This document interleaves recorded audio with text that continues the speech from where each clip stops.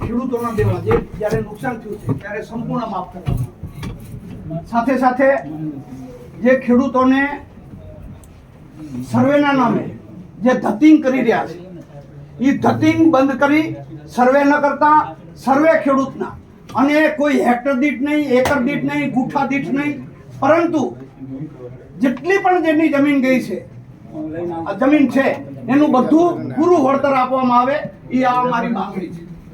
ત્રીજી માંગણી, ખેડૂતોને જે ખાતર છે જે સબસિડી આપવામાં આવતી એ સબસિડી બંધ કરી દીધી છે અને ખેડૂતોને જે બ્લેકમેલિંગ કરી અને 2 નંબરી ખાતર આપે છે. સાથે સાથે ખેડૂતોને ખેતરની સાથે નજોતી આઈટમ જેવી કે યુરિયાની બાટલીઓ જે ખેડૂતને ખપત નથી એને જબરજસ્તી પકડાવવામાં આવે છે. એટલે આ બંધ કરાવવામાં આવે.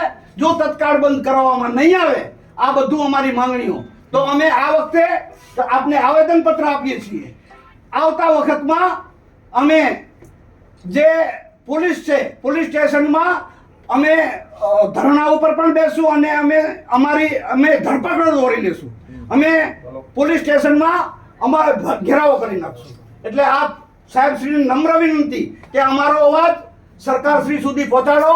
અગર અવાજ નથી પહોંચતો, આ નથી પહોંચતા, જો સર્વે બંધ નથી થતું આવતા સમયમાં, તો અમે સર્વે ખેડૂતોને સાથે લઈ અને અમે પોલીસ સ્ટેશનમાં અને આપની કચેરીએ અમે ઉગ્ર આંદોલન થઈ રહીશું. અહિંસક માર્ગે ખાતરમાં મંડળી વેચાઈ જાય.